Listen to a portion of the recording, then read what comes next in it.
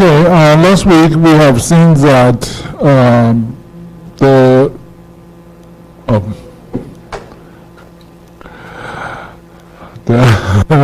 transmission line geometry can be, you can find the corresponding per unit length inductance and per unit length capacitance to represent the transmission line.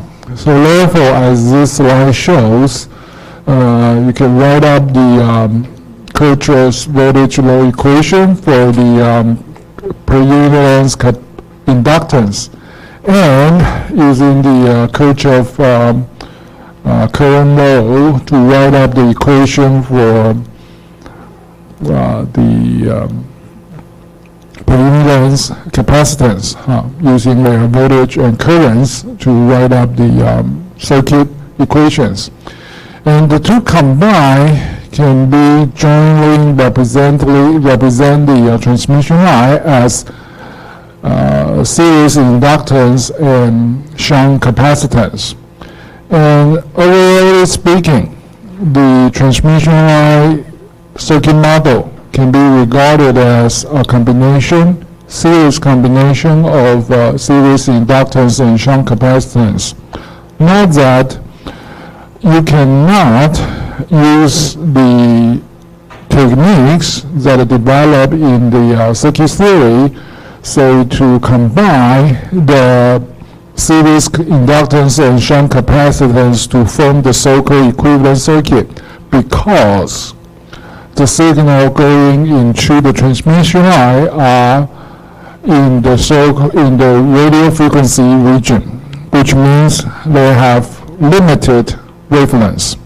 In other words, the signals going in the transmission line can only see a certain distance beyond it. 也就是说，讯号在电路里头，它只看得到它眼前的结构，眼前的结构所形成的等效电容以及等效电感，在这一个点后面的电感、电容值的变化，比如说你线可能有并联、有串联的情况，有被踩到一脚，然后有插入一些损失的情况，这些情况是可能有的。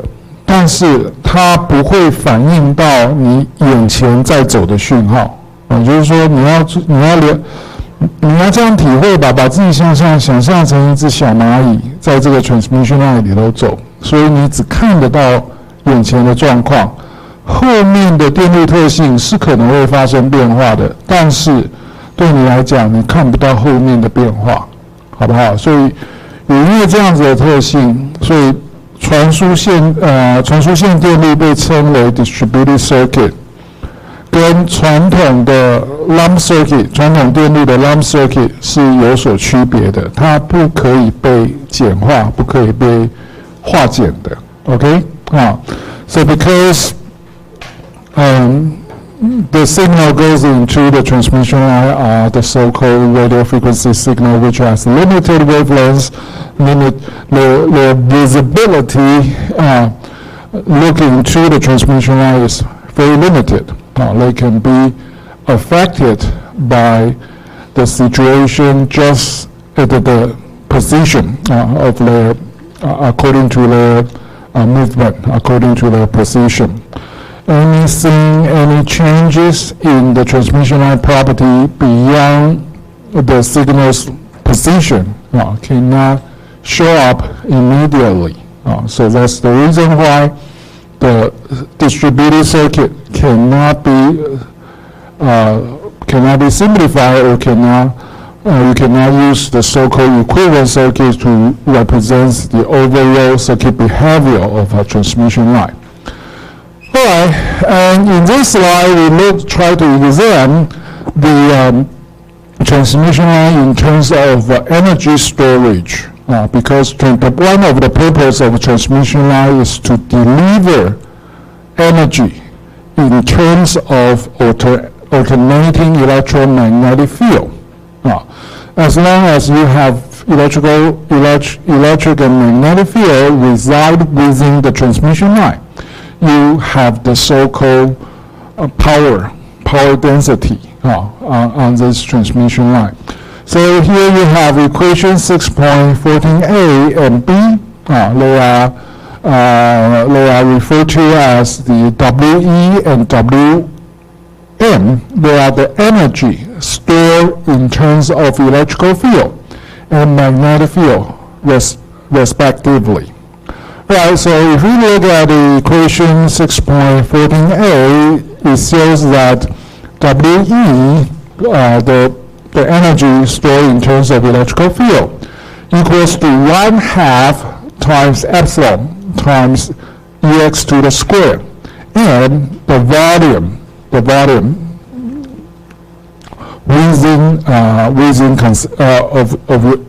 of consideration, which means the volume in the transmission line occupy the presence of electrical field. 所以这边你看到的是前面的1/2 epsilon EX 平方是功率能量密度，后面的那个体积乘起来之后就变成是能量，而那个体积呢指的是什么？指的是你的电场在传输线里头所占据的空间它是一个3维的体积嘛所以包含长宽高这些参数那为什么是1/2？为什么前面有一个数字1/2？为什么有 epsilon？ epsilon 的话是跟电场有关的嘛，介电系数。1/2是什么？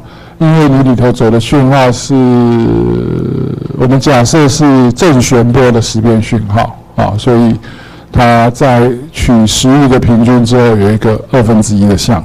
OK So the energy stored in terms of electrical field can be represented as the product of energy density, which is 1/2 times epsilon times EX to the square times the volume occupied by the electrical field. And substitute the volume as dW times delta Z, assuming that we are talking about a parallel plate transmission line. So the volume occupied by the electrical field is the width and the height, the width W, height D, and the transmission line length delta Z. And if you manipulate, shuffling the parameter a little bit, so you replace EX with EX times D, what is this? EX times D is what? Is the voltage, potential, the potential. So you substitute, you replace this, you substitute the representation for the voltage V, and in the front is epsilon W over D, which happens to be the per unit length capacitance. So the equation can be changed into 1/2 times C, the per unit length capacitance times the length delta Z times V to the square. So it's in the form of 1/2 times CV to the square, which is the energy, store expression represented in terms of voltage. So now we change the epsilon and E into the form of per unit capacitance C and voltage V. Similarly, you can express the energy stored in terms of magnetic field, which begins by saying that the magnetic energy stored in the transmission line, Wm, should be 1/2 times mu times Hy to the square times the volume. So in the form is the energy density in terms of magnetic field. And by massage the parameters a little bit, you find that Hy can be replaced with Hyw, which is what? The current I equals to the product of magnetic field intensity and the width of the parallel plate transmission line. And the things in the front, mu D over W, happens to be the the per-impedance inductance of parallel plate transmission line. So this can be replaced with L. So the energy stored in terms of magnetic field becomes 1/2 times L times delta Z, the length times I to the square. So it looks symmetric as the energy stored in terms of electrical field. In general, the energy stored in the transmission line, the portion of energy in terms of electrical field and the portion of energy in terms of magnetic field are the same. If you, for the meantime, you probably don't have the time to go through the derivation, but let me just tell you the result. The energy stored in 1/2 of the energy stored in the transmission line is stored in terms of electrical field, and the other half is stored in terms of magnetic field. So the result, so 1/2 C times V to the square is actually the same as 1/2 times L times I to the square. Alright, and here's one of the footnotes. The purpose of the transmission line is to deliver energy. So the transmission line itself should retain electromagnetic energy in terms of electrical field and magnetic field. And in this slide, we see the general expression for electrical and magnetic field in the transmission line, assuming that the signals is going in the Z direction. Of course, in our previous derivation, we are only looking at the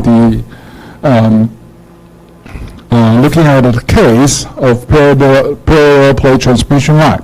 So in that case, the electrical field is in the X direction, and the H field is in the Y direction. So we happen to have this term and this term. However, in general, the transmission line says that it goes in the direction of the Z direction.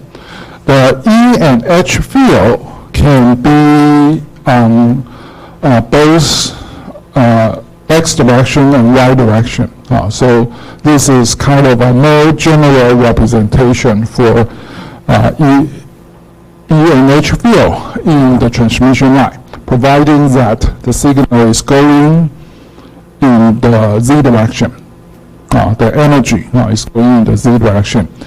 According to the geometry of the transmission line, say here is the cross-section view of the coaxial cable. So you see that the E field can have components in both X direction and Y direction, right? And there is one important property that you should be keeping in mind, is that most of the transmission line, the signal, the electromagnetic signal goes within the transmission line, is travel in terms of the so-called TEM wave, which means T means transverse electromagnetic wave. So TEM wave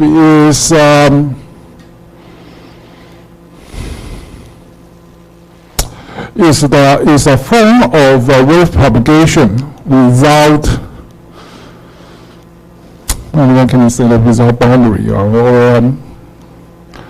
well, the electromagnetic wave travel in free space. So for free space, we mean that there's no boundary, there's no limitation. We simply like the sunlight. Okay, sunlight travels a very long distance from the sun to the earth. In the middle is vacuum. It's a vacuum space. So the electromagnetic wave travel in a body region must go in the form of a TEM wave, transverse electromagnetic wave, which means the electrical field, magnetic field, And the electrical field direction, magnetic field direction, and the wave propagation direction are all orthogonal to each other. This is the so-called TEM wave. In general, in transmission lines, electromagnetic wave usually goes in the form of TEM wave as well, such as the parallel plate transmission line, coaxial cable, or the other transmission line geometry that we will refer later in this course is, say, microstrip line. The wave the E and H field are all appear in terms of TEM wave 也就是这边我们所提到的 TEM wave 的话，它的电场、磁场跟波的行进方向，假设是 z 方向好了，都是正交的所以这一页你看到的电场跟磁场的形式，它都没有 z component 它可以有 x component 有 y component， 但没有 z component 只要遵循这样子的形式的话，它就是一个所谓的 TEM wave。那 TEM wave 它有一个很重要的特性也就是说，假如你是 TEM wave 的话，那原则上各个频率的电磁波，不同频率的电磁波，它的波数是一样的。它的波的行进速度是一样的。但既然有 TEM wave， 我说99%的大部分的传输线都是走 TEM wave， 那就表示什么？有的传输线里面走的不是 TEM wave 嘛？就一定有例外嘛？的确有例外啦，有个东西叫做 waveguide， 不过我们这门课可能提不到。你去看你课本的第9章，它讲的是 waveguide。waveguide 是一个重要的传输线形式，但是 waveguide 跟其他的传输线不一样的是，它只有一个金属。其他的传输线你会看到它有2个金属比如说 parallel plate 啦、coaxial cable 啦，或者 microstrip line， 它都有两个分开来的金属所以在这样的情况底下，它可以支持所谓的 TEM wave。但 waveguide 其实就是方形或者是圆形的金属管子而已，所以它只有一个金属。但是电磁波在一些条件底下，它可以在 waveguide 里头跑但是因为它只有一个金属，所以它跑起来的条件不太一样，所以它里头跑的只能是所谓的 TM 或者是 TE wave 也就是 transverse EE field 或者 transverse magnetic field。那当然我们在这学期不会教到这个东西了但是你有个印象好不好？假如你走的是 TE wave 或 TM wave 的话，那不同频率的电磁波它走的波数是不一样的。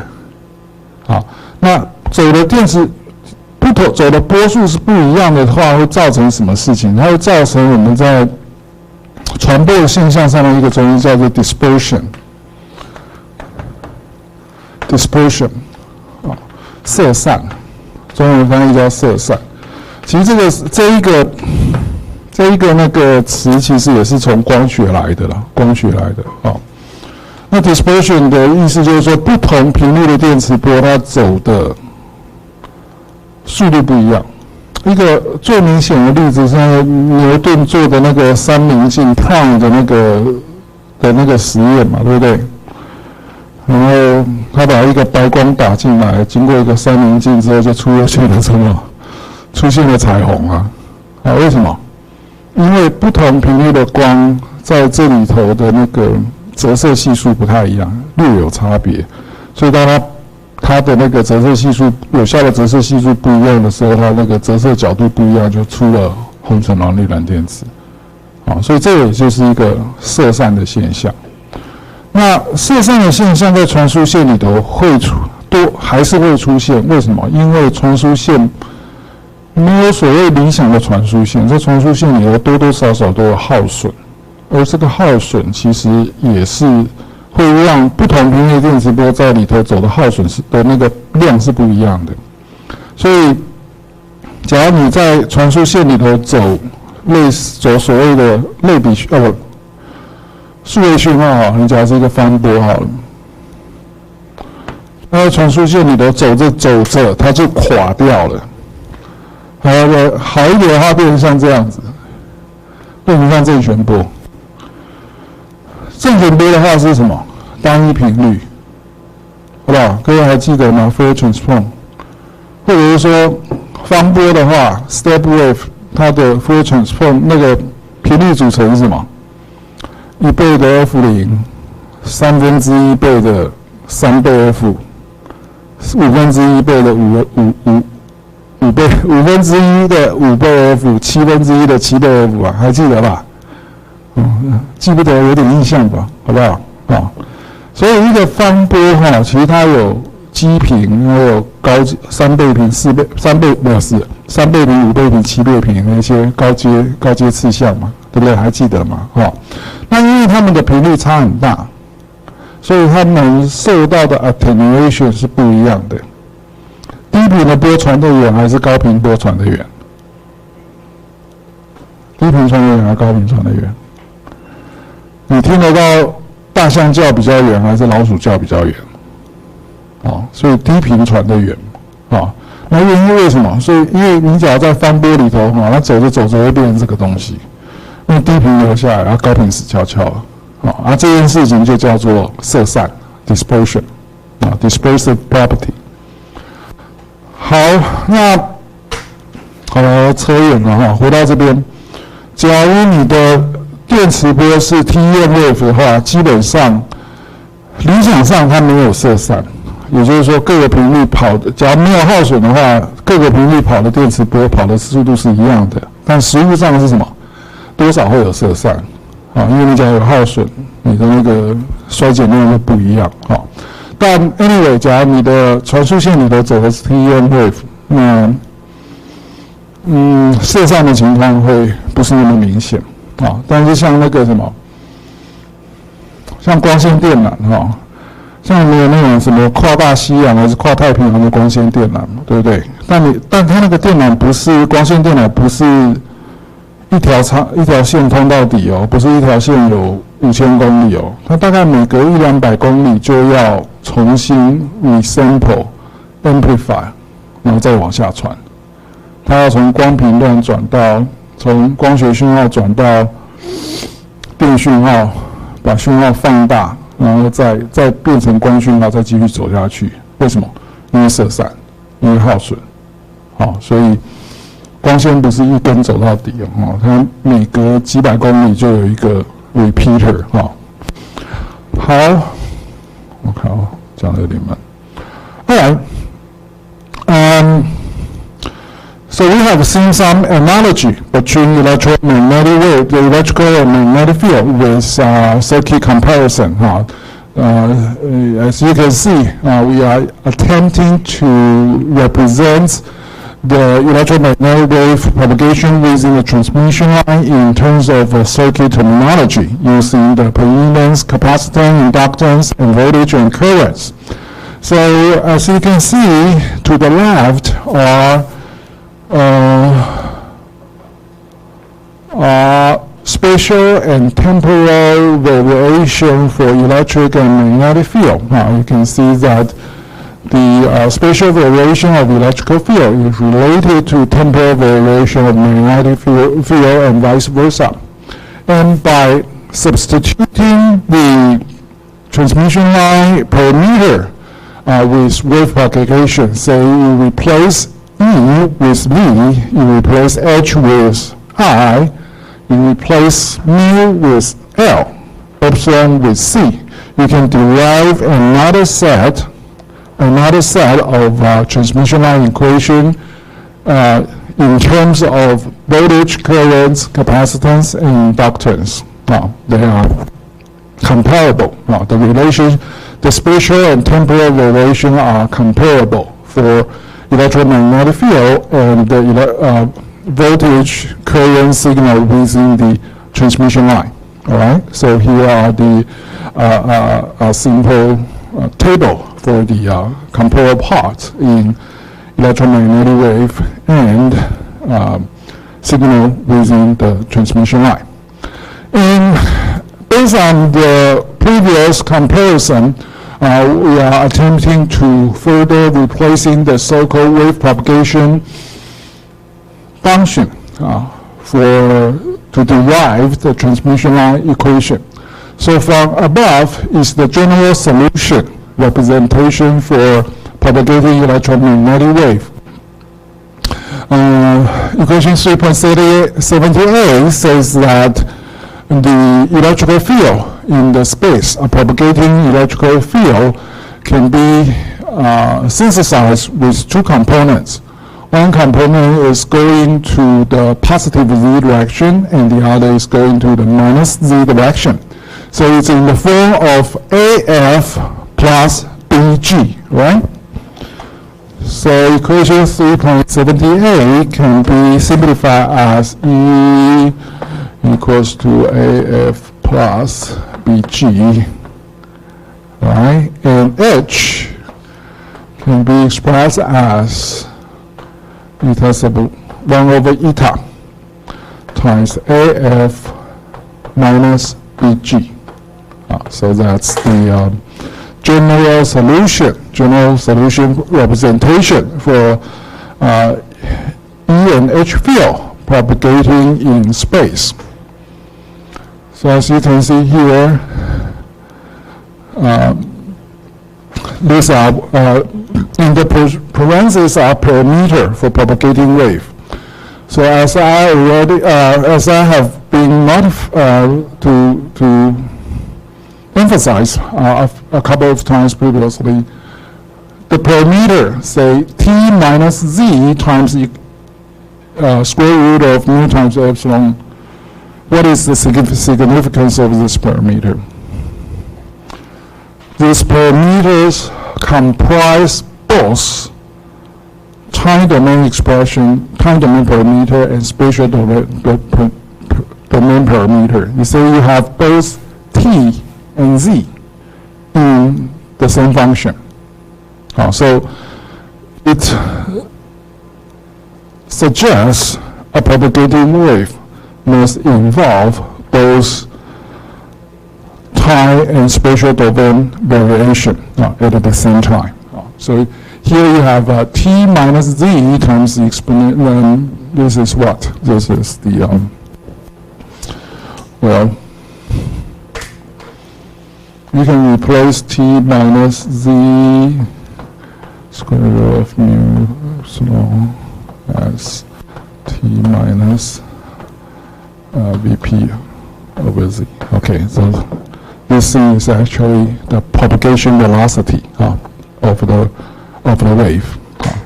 So this one is going in the positive Z direction, and the other one over here, this T plus Z times square root of mu times epsilon represent the components going in the minus Z direction. So you have AF plus BG, or 1 over eta sub 0 times AF but minus BG. So what is eta sub 0? 还记不记得这是什么东西？这东西叫 intrinsic impedance， 本质阻抗 intrinsic impedance。它的物理意义是什么？它的物理意义是电场跟磁场大小的比值。也就是说，在空间中传播的电磁波，它的电场会是磁场的伊塔倍，伊塔0倍。假如是真空的话，这个伊塔0等于多少？377，或者有人写作120派。所以电场比磁场大377倍，这个东西叫做本质阻抗 （intrinsic impedance）。它由谁决定？它由 mu 跟 epsilon 决定。所以，假如你的传播介质不是空气的话 ，mu 值跟 epsilon 值有变化，那它的本质阻抗会改变。举个例子，在水里头电磁波不是不能传有些条件但在水里头，因为 epsilon 比空气大了80倍吧，大了80倍，所以在水里头其实磁场比电场还要来得强，但在空气里头呢是电场比磁场强 ，right? And based on the analogy that we derived in the previous slide, we can see that the voltage and the current signal within the transmission line can also have similar representation by replacing E with V, H with I, epsilon with C, and mu with L. So you can write up equation 6.15a and b.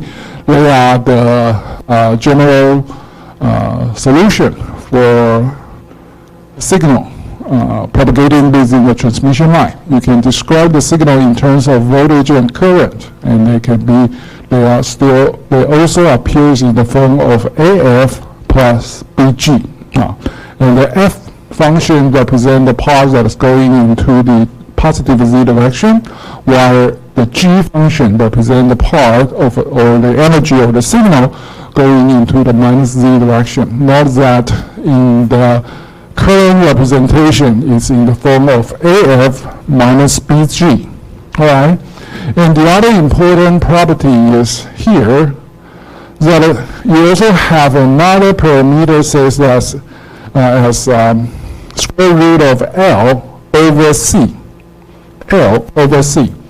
This thing is referred to as characteristic impedance.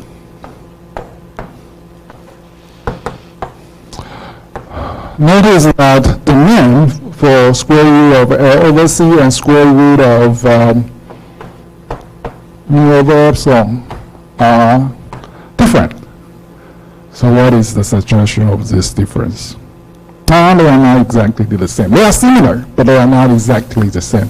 This thing is referred to as characteristic impedance.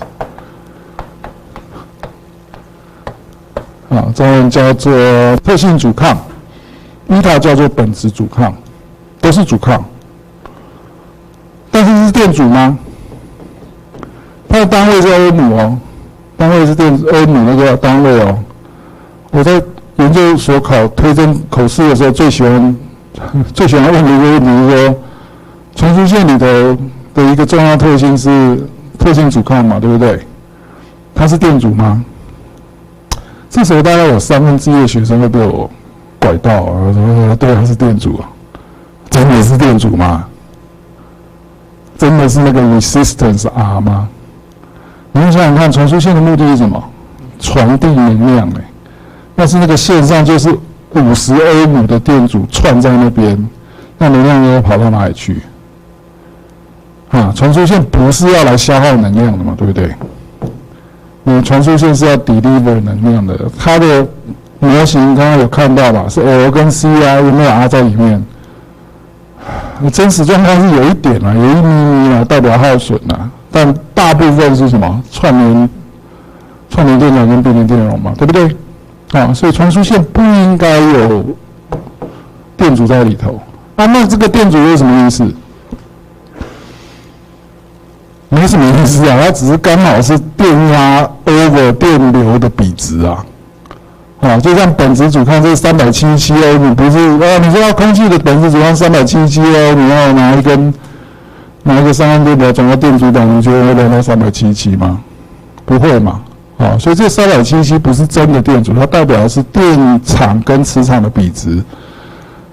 传输线里头的 characteristic impedance 代表的是什么？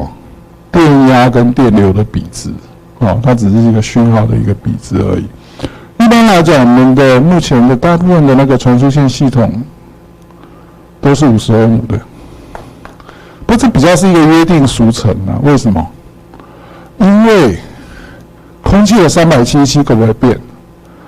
不行它是由mu跟 epsilon 决定的，由材料特性决定的。除非你去改了材料特性，不然它就是377，空气就是377，要酒桃还是塑胶不同的材料就是不同的 intrinsic impedance。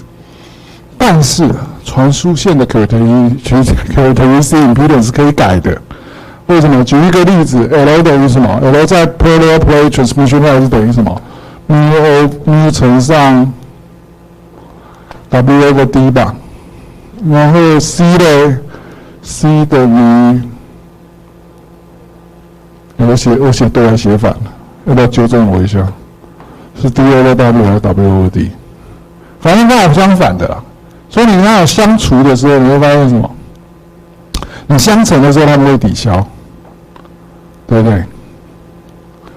我好像是不是写反了呢？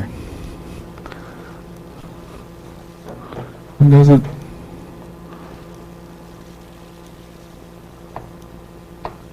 T over W 线宽约，应该是这样才对。OK， 好，所以你相乘的时候会抵消，所以相乘的那个波数跟材质无关，但你相除的时候呢，会留在那里。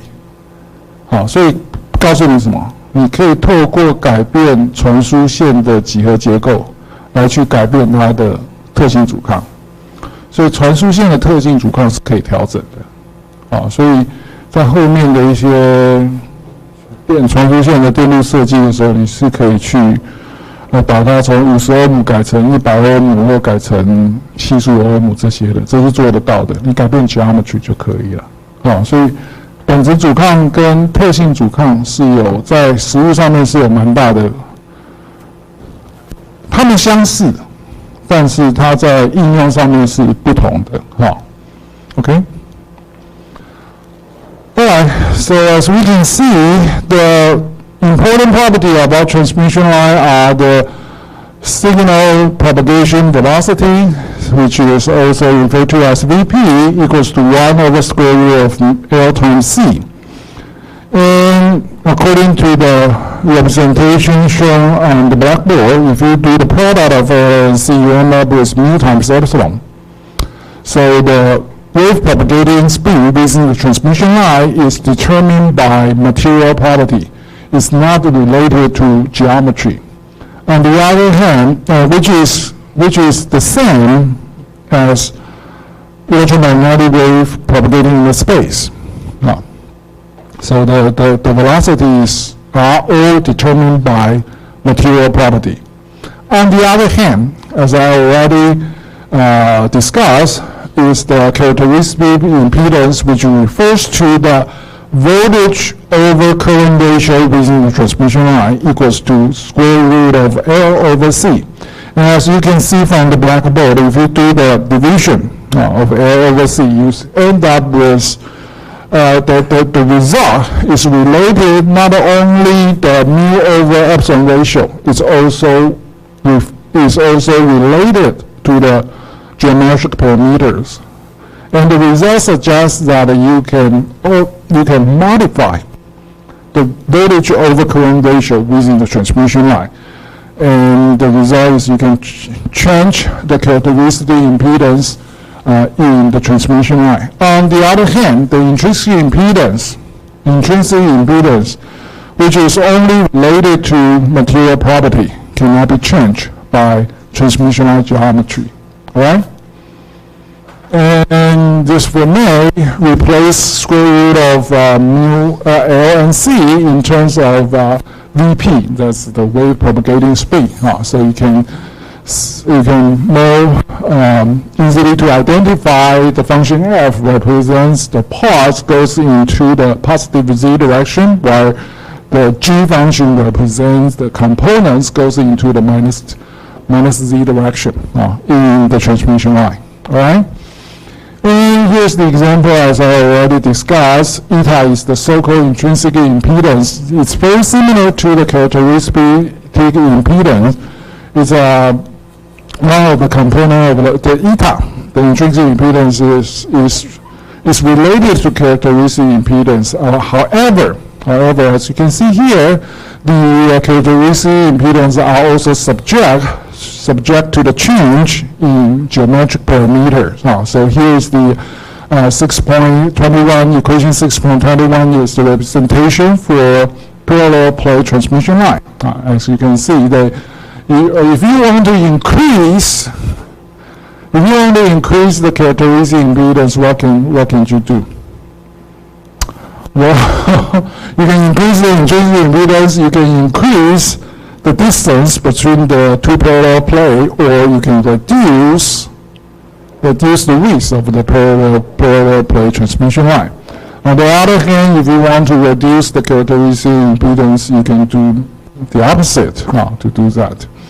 So characteristic impedance is related to both material property and the geometric property, while the intrinsic impedance, 本质阻抗, is only related to material property.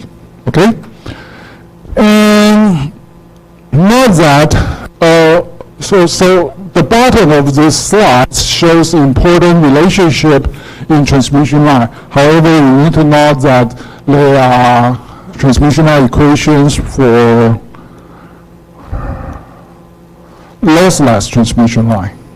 So for lossless transmission line, the circuit model comprises only series inductance and shunt capacitance. So this is the distributed circuit model for ideal characteristic, ideal transmission line. In the real world, you have the so-called RLGC model. 是吗？是这样名字吗？ RLGC model. You have series inductance, series resistance with shunt capacitance and shunt conductance. Shunt conductance.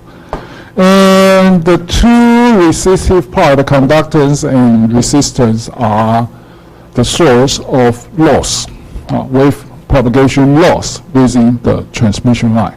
So the wave equation within for lossy transmission line, for real transmission line, are a little bit more complicated. Okay. So here are material influence, the effect of material property. I don't want to go into the detail about this thing, but you can keep in mind about this result. So supposing that the materials within the transmission line is not a vacuum. For actual transmission line, you may have plastic, polymer between the two conductors. Then the relative permittivity of the polymer, 塑胶了 of the plastic, 它的有效介链系数 will, as you can see here, will slow down the wave propagating speed within the transmission line. So that's the things I need you to notice, because it is kind of the material property change what? Change the per-unit capacitance of the transmission line structure. So not only the wave propagating velocity, the characteristic impedance are also subject to the change of the relative permittivity of the transmission line material. And here is another interesting example. This is referred to as the microstrip line, which is, well, I would say the most common, one of the most common transmission line types that you can observe in the real world. Usually the transmission line printed on the PCB, printed on the circuit board, usually in the form of microstrip line. So here is an example of the microstrip. This is a so-called hybrid coupler. Well, this is the cross-section view of the microstrip line. So this is the top view of the microstrip line. It's simply a metal truss laid on a large ground plane, a larger metal plane. On the back of this PCB is in general a solid metal ground, a metal surface. So in this figure shows the figure shows the electrical field distribution across the transmission line. So suppose the top is of positive electric potential, and the bottom one is the reference, the ground reference. So the electrical field starts from the positive part, starting from the truss and goes into the ground. as you can see here.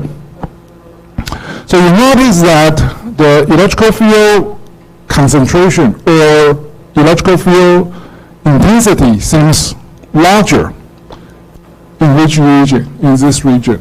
Why? Well, one reason is close proximity, 因为距离近。第二个，因为这个材料是一个塑胶材料，是一个 polymer 一个聚合物材料所以它的有效介电系数比较大So because of a larger permittivity, the electrical field strength concentration is larger within high permittivity region.